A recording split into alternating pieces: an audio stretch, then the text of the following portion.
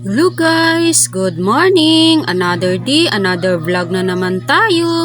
Thank you Lord sa mga blessings araw-araw. Kaya for today's video, samahan nyo kami ni Papa John. Magkape muna tayo. Nasanayan talaga namin guys na magkape sa umaga habang nagaluto si Papa John. Si Papa John kasi guys, nagaluto ng kanin sa ibaba at ako naman dito sa taas, nagahugas ng plato at nagalinis sa loob ng bahay at habang nagalinis, nagakape muna kami. Tulog pa kasi mga bata dyan guys, pero maya maya ay gising ng aming princess at pakakainin ko na. At ito na nga ay nagising na ang aming bulilit, kaya nagutom na daw siya, kaya pakakainin ko na. Kaya nagsimula na siya nagpray at pinakain ko na agad kasi mag-inom pa siya ng kanyang gamot. Sinabihan ko siya guys na wag muna magkain ng kahit ano-ano sa school or kung bigyan man siya ng classmate niya ay wag niya munang tanggapin kasi nga ay masama yung pakiramdam niya.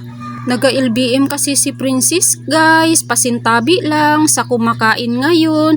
Kaya sinabihan ko na mag-ingat muna at dito na pala kami sa school niya guys. Nagalakad na kami papunta sa school niya. Dito kami sa likuran nagdaan kasi mas malapit dito.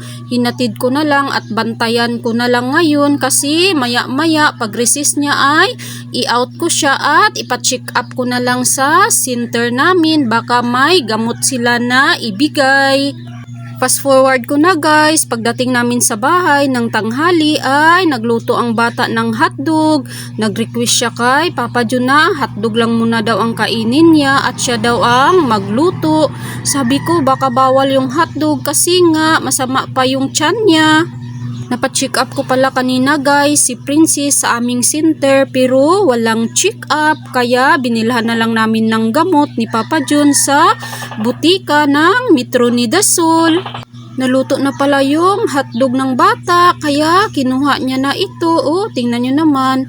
Nagpractice magluto kasi daw para gusto niyang tumulong sa akin para mabawas-bawasan daw yung trabaho ko. Kaya hinayaan ko na lang. Tingnan nyo naman, umakyat pa talaga yan siya sa misa kasi nga dito kami sa baba nagluto sa kahoy kasi hindi pa kami nakabili ng aming gasol. Tingnan nyo naman ang ating bulilit, murag si kurik-kurik at pagkatapos niyang magluto ay kumain na rin siya agad, excited na siyang kumain. Ayun lang eh. Sorry mga kabisya, nag-intro na ko kasi ako nagluto dito. Okay? For today's video, kain tayo ng hotdog. At bago tayo magkain, mag-pray muna. Salamat sa pagkain, Jesus name, Amen. Magkain na tayo. Dito na lang muna guys for today's video. Maraming salamat sa panonood nyo. God bless you all. Shout out sa lahat. Shout out sa mga katimhila. Salamat sa mga followers namin.